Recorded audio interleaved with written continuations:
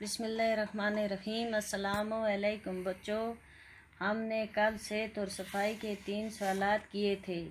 آج ہم سوال نمبر 4 سے آگے کریں گے۔ تو چلو بچوں شروع کرتے ہیں۔ سوال نمبر 4، ہمیں کس طرح کے مکانوں میں رہنا چاہیے؟ سوال نمبر 4 کا جواب لکھو بچوں۔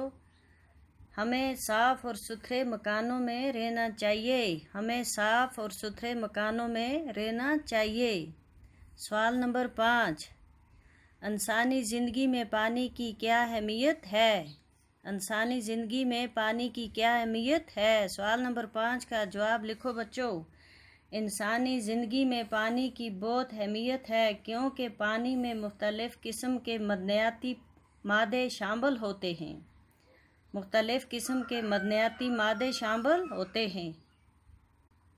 سوال نمبر 6، جسم میں پانی کی کتنی مقدار ہوتی ہے؟ جسم میں پانی کی کتنی مقدار ہوتی ہے؟ سوال نمبر 6 کا جواب لکھو بچوں۔ ہمارے جسم کا 3/4 حصہ پانی کی شکل میں ہے۔ ہمارے جسم کا 3/4 حصہ پانی کی شکل میں ہے۔ سوال نمبر 7، آلودہ پانی کے استعمال سے کون سی بیماریاں پیدا ہو سکتی ہیں؟ آلودہ پانی کے استعمال سے کون سی بیماریاں پیدا ہو سکتی ہیں؟ سوال نمبر 7 کا جواب لکھو بچوں۔ آلودہ پانی کے استعمال سے ہیضہ اور ٹائیفائڈ جیسی ملک بیماریاں پیدا ہو سکتی ہیں۔ آلودہ پانی کے استعمال سے ہیضہ اور ٹائیفائڈ جیسی ملک بیماریاں پیدا ہو سکتی ہیں۔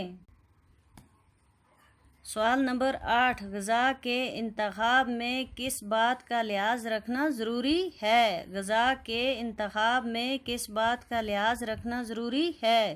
سوال نمبر 8 کا جواب لکھو بچوں۔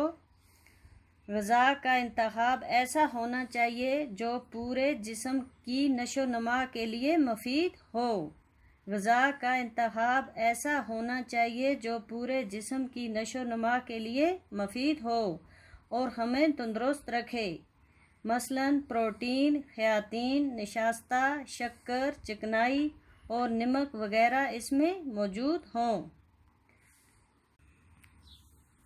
سوال نمبر 9، صفائی کے سلسلے میں کن باتوں کا خیال رکھنا چاہیے؟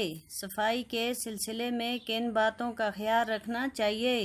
سوال نمبر 9 کا جواب لکھو بچوں۔ صفائی کے سلسلے میں تازہ ہوا، صاف پانی اور اچھی غذا۔ صفائی کے سلسلے میں تازہ ہوا، صاف پانی اور اچھی غذا کے ساتھ ساتھ صفائی کا بھی خیال رکھنا چاہیے۔ اچھی غذا کے ساتھ ساتھ صفائی کا بھی خیال رکھنا چاہیے۔ بچوں اسی کے ساتھ ہمارا سبق ختم ہوتا ہے۔ کل ہم نیا سبق شروع کریں گے۔